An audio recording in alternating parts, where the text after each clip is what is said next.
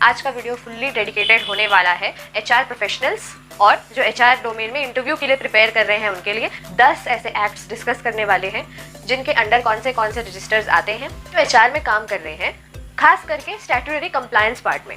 Overtime register किस act के under आता है? Maternity benefit act 1961।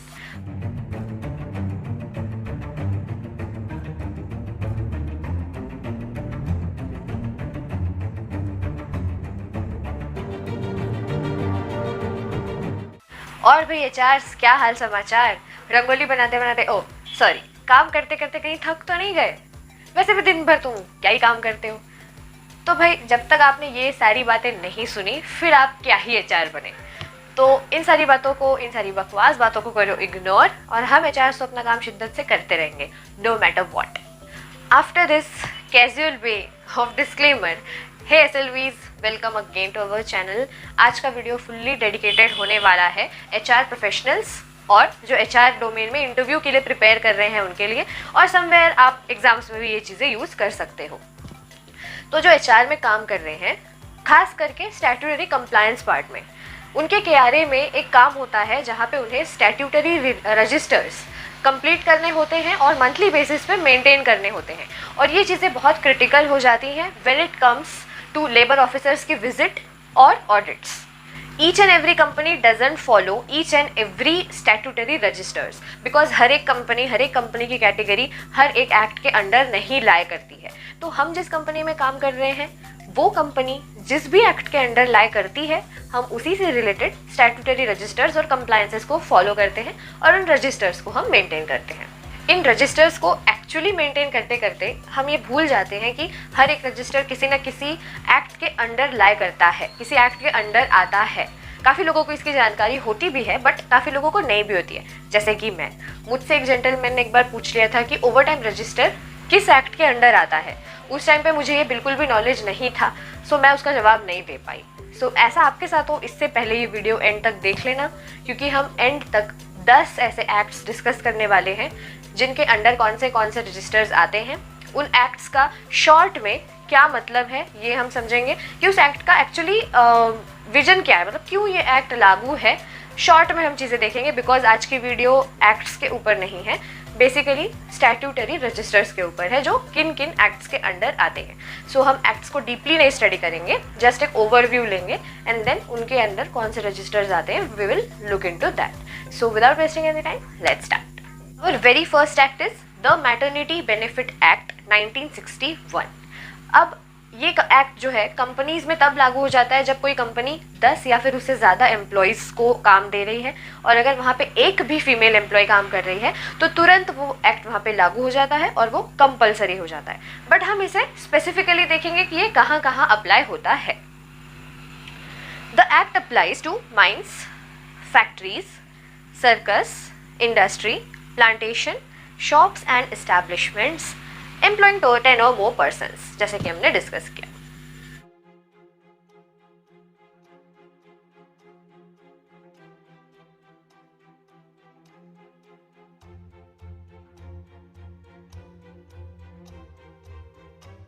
Our second act is the Minimum Wages Act 1948। ये एक्ट मिनिमम वेजेस के रेट्स को स्पेसिफाई करता है and extends to the entire country, पूरे कंट्री में, एंटायर कंट्री में एप्लीकेबल है।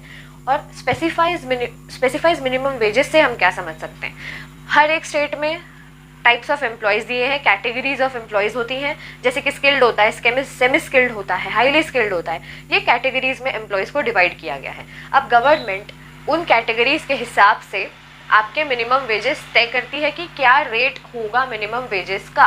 For suppose semi skilled employees के लिए गवर्नमेंट ने XYZ कोई रेट स्पेसिफाई किया है, तो अब उस सेमी स्किल्ड के अंडर, उस कैटेगरी के अंडर आने वाले हर एक एम्प्लॉय का उतना ही होगा, उस हर एक एम्प्लॉय पे वही एक स्पेसिफिक रेट एप्लीकेबल होगा। तो इसका मतलब होता है कि रेट स्पेसिफाई होते हैं और यही काम है मिनिमम वेजेस एक्ट का।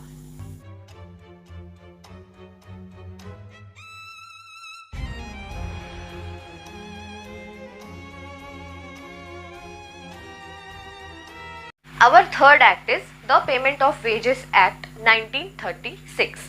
This act applies to any factory railway establishments, industrial or other establishment like tramway service, motor transport service, air transport service, dock, wharf, jetty, inland vessel, mine, quarry, oil field, plantation, workshop or other establishment producing, adapting or manufacturing any article, establishments engaged in construction, development and maintenance of buildings, roads, bridges or canals, navigation, irrigation or supply or water, generation, transmission and distribution of electricity, power and any other establishment notified by central or state government.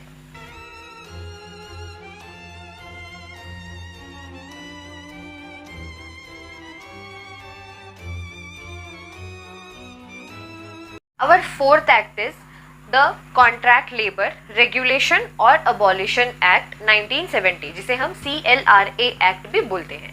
अब ये CLRA Act apply होता है to each and every establishment जहां 20 या उससे ज़्यादा workman employed हैं as contract labour और so were employed during any time during last 12 months या फिर हम जिसे बोल सकते हैं preceding 12 months.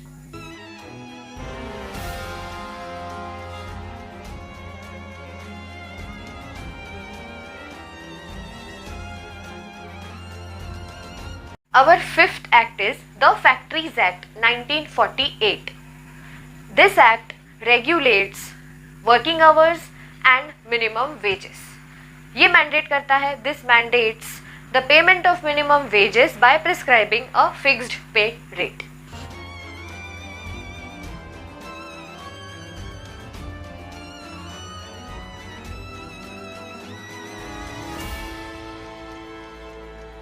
Our sixth act is the Building and Other Construction Workers Regulation of Employment and Condition of Services Act 1996. ये बहुत ही अनकॉमन सा एक्ट है, हम ज़्यादा इसके बारे में सुनते नहीं हैं, but this act also exists, तो इसके बारे में हम फर्दर जानेंगे. इस एक्ट का काम है कि जो बिल्डिंग्स या फिर अदर कंस्ट्रक्शन वर्क्स में इन्वॉल्व एम्प्लॉयज़ होते हैं, वर्कर्स होते हैं, उनकी एम्प्लॉयमेंट और उनकी कंडीशन ऑफ सर्विसेज को कंट्रोल और मेंटेन करना या फिर रेगुलेट करना कि वो जिस जगह काम कर रहे हैं वो काम करने लायक जगह हो और उनकी सेफ्टी, उनकी हेल्थ और उनके वेलफेयर के लिए मेजर्स प्रोवाइड करना.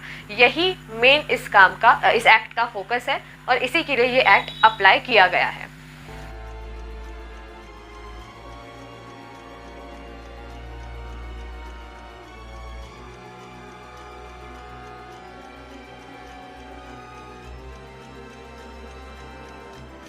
Our seventh act is the Shops and Commercial Establishment Act.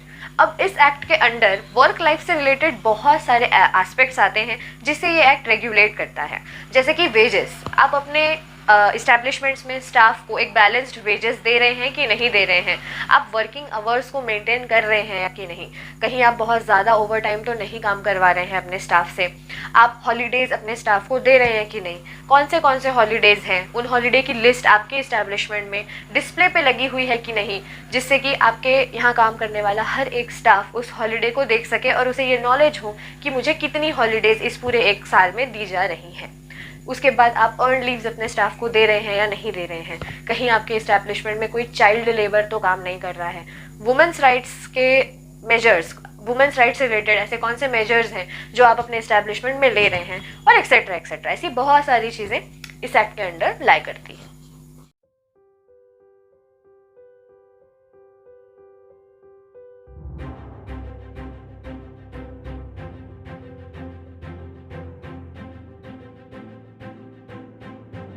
Our eighth act is the Equal Remuneration Act 1976.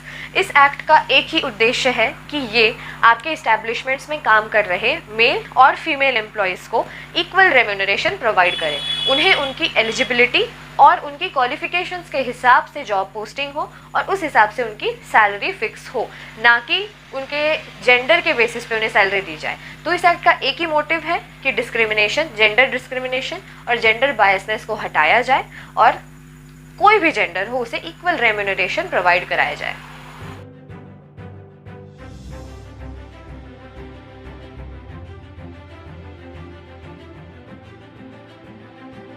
Our ninth act is the Mines Act 1952. This act contains provisions for measures relating to the health, safety and welfare of workers in the coal, metalliferous and oil mines.